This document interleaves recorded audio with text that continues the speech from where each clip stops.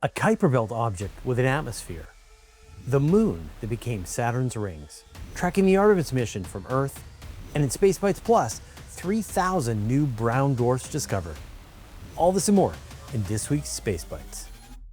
Astronomers know that for an object to hold on to an atmosphere, it has to have a minimum amount of gravity. It doesn't have to be a lot. In fact, an object like the moon could hold on to an atmosphere if it had enough of the material around it. But astronomers think they've found an atmosphere around a Kuiper Belt object, something very small. The object is called 2002 XV93, and it's beyond the orbit of Neptune. And like Pluto, it is trapped in this orbital resonance with Neptune, so it never will crash into the planet. And astronomers were using a technique called an occultation, where they were watching as the object passed directly in front of a star.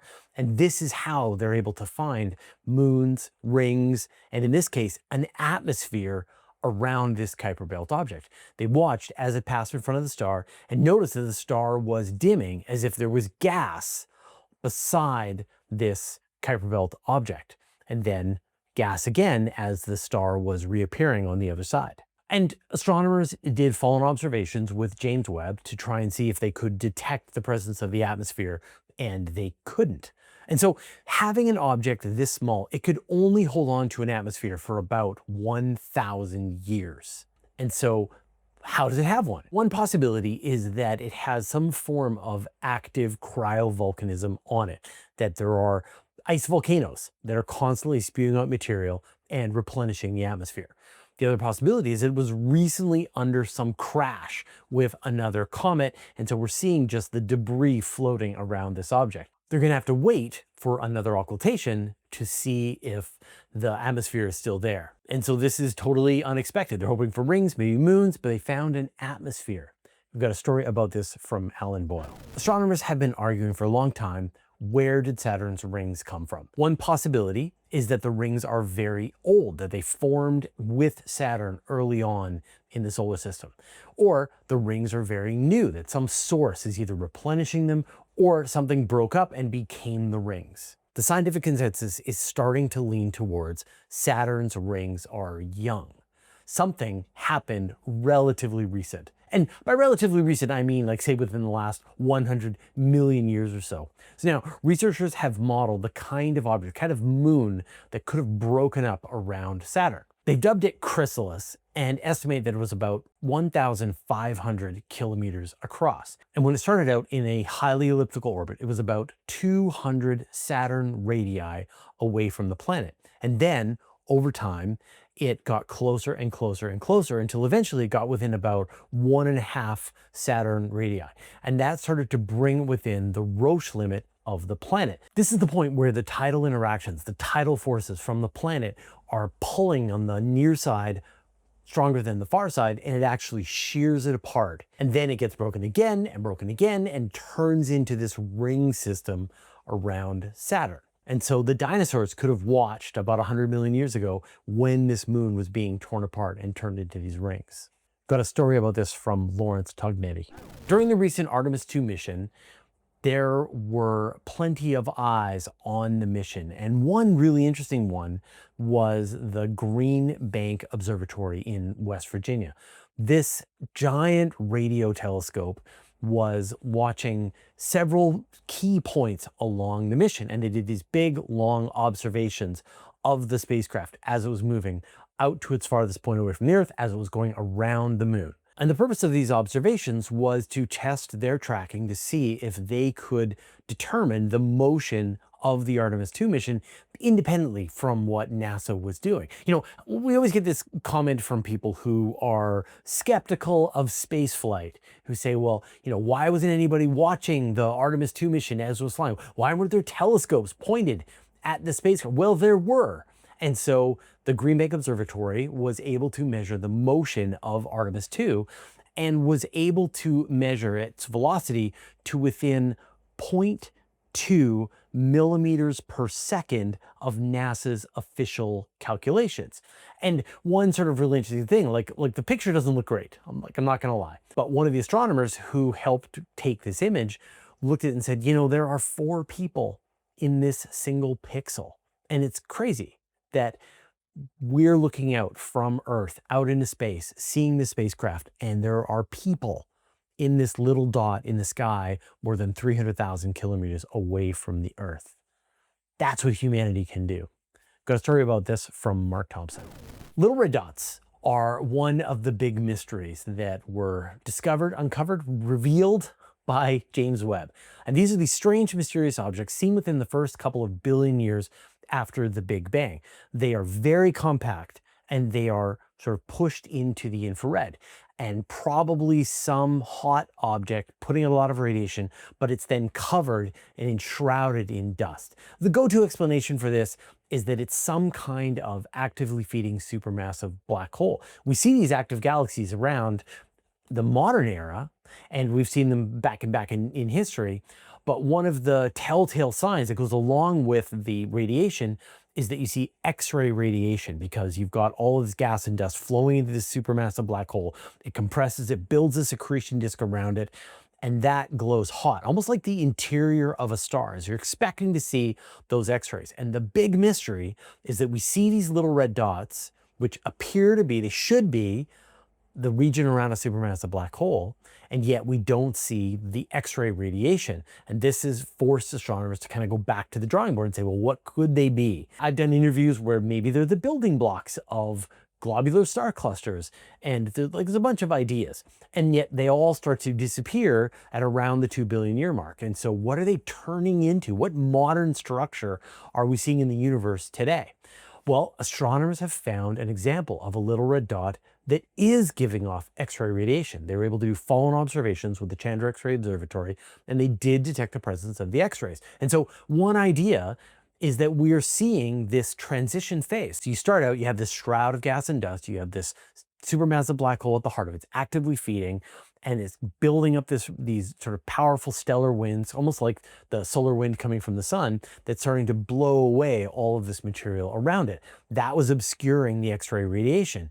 And then it reaches this point where now it's in clear space again, and we can detect the X-ray radiation. And then these go on to become the hearts of the large galaxies we see around us today. And this is the process. And I love it. This is what James Webb was meant to do, to look back to the beginning of the universe, try to understand how the building blocks came together to form the modern universe that we see today. We've got a story about this from Carolyn Collins Peterson.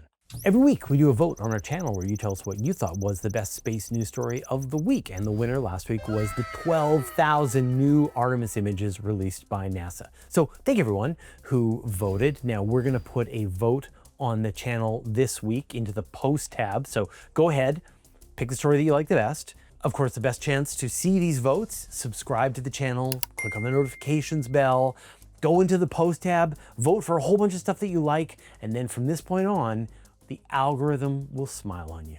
We only know of one way to get a black hole, and this is to have a massive star die.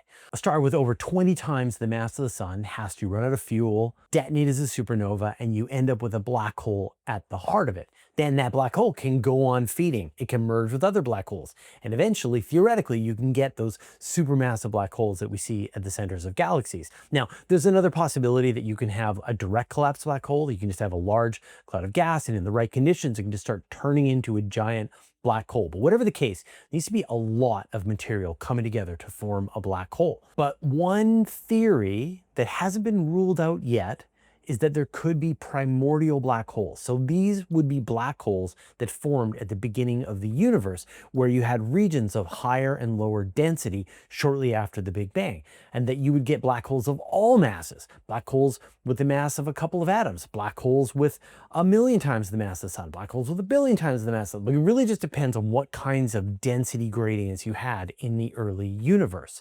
Now, according to Stephen Hawking, black holes evaporate, and he did the math for how long your regular mass black holes should last, about 10 to the power of 70 years, which is a lot, maybe up to 10 to the power of 100 for the most supermassive black holes.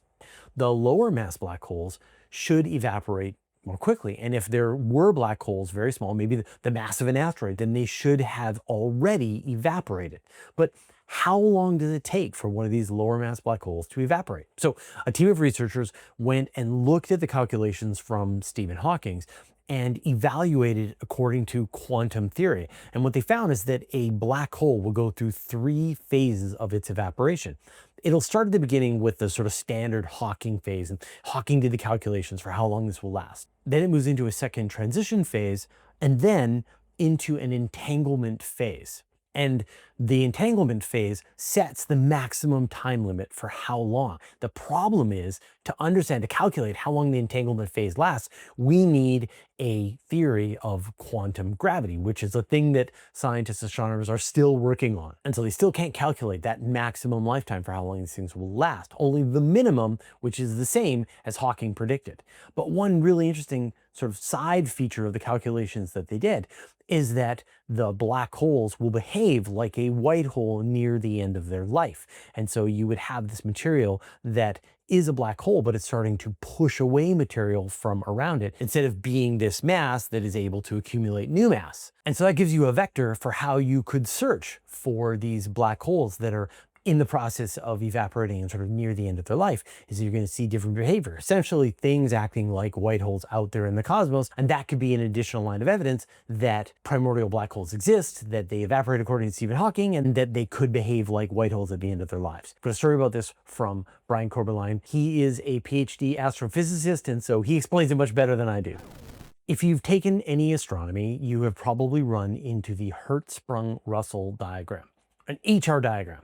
This is a plot that compares the temperature of stars against their luminosity, and that for main sequence stars, they sort of fall in this very consistent pathway from the beginning of their lives to the end of their lives, and depending on the mass, you get a different luminosity, and it all sort of connects together. And then there are other branches where you can have red giant stars and dwarf stars and so on, but you can have this sort of one graph to explain them all. But these are just main sequence stars. What if you wanted to widen your concept and think about every physical object in the entire universe? So everything from asteroids all the way up to supermassive black holes. Can you graph them all? And so researchers did exactly that. And they came up with a new graph that they call the cohesive object sequence. It's a plot of 2,000 objects where you compare their density against their mass. And all of the objects fit into this graph, and you get some really interesting patterns. At the low end, where you've got very porous objects, different kinds of stars, and all the way up to this hard limit of black holes. So by creating this graph, you can then predict different kinds of objects that might be out there depending on their density and their mass. We've got a story about this from Andy Thomaswick. Astronomers have been scanning the sky for signals from extraterrestrial intelligence for a long time. One giant telescope that has been participating in this search is the Green Bank Observatory. We talked about it earlier on in this episode. This is the one in West Virginia. And astronomers have been scanning for a decade with the Green Bank Observatory and have gathered information on more than 70,000 stars and planetary systems. And their detection pipeline is automated, so they're able to essentially discount 99.5% of the objects that appear in this survey.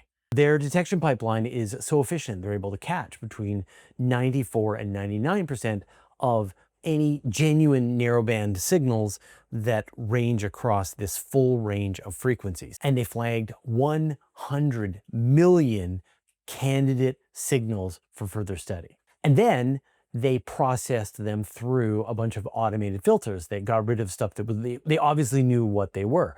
And they were left with about 0.5% of all of these objects. And then they checked them manually to see if they didn't have a way to explain them. And after checking 100 million signals, none of them survived this level of inquiry. And so they were able to detect a message from an extraterrestrial civilization after 10 years of data, 100 million signals, 70,000 targets. But now, like, obviously, if we had heard that the Green Bank Observatory had detected the presence of an alien civilization, that would have been very big news. But this allows them to put an upper bound on how many civilizations there are that are out there. This search is so comprehensive. If there are aliens out there and they were transmitting, then they would have stood a good chance of detecting them. And so they were able to set an upper bound of less than 1 in 16,000 stars within 20,000 light years of the Earth holds a transmitter powerful enough to be detected by that search. And over time, as they continue to scan more and more locations, they will be able to keep setting that upper bound higher and higher and higher, which means that there's like a larger and larger volume of the space around us that doesn't contain any alien civilizations. I've got a story about this from Mark Thompson. I hope you're enjoying this episode of Space Bites. Of course, you did probably have to see an ad at the beginning of this episode, which sucks. We hate ads. I wish I could turn them off. We can't. But there is a place you can watch all of our episodes without having to watch any ads, and that's over on Patreon. Now, I got a complaint in the last episode where I mentioned that, and very cynical people say, why are you sending us over to Patreon? You're just trying to get our money.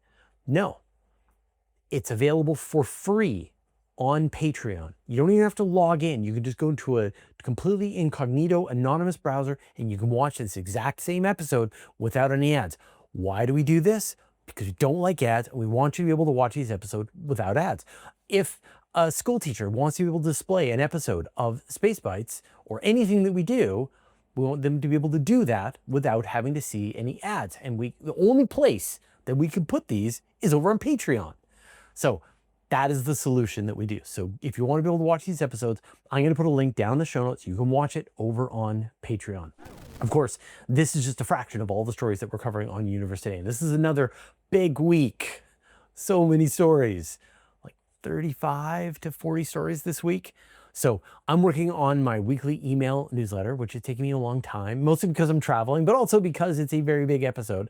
But I will have a write-up of every single story that we're covering on Universe Today. And so if you just want like a big overview of everything we're talking about, everything that's interesting in space news, definitely check that out. You can go to universetoday.com/newsletter to sign up. There's no ads. I read every word. It's completely free. I want to talk about some ways that you can follow some of the team on other projects out there on the internet. But first, I'd like to thank our patrons.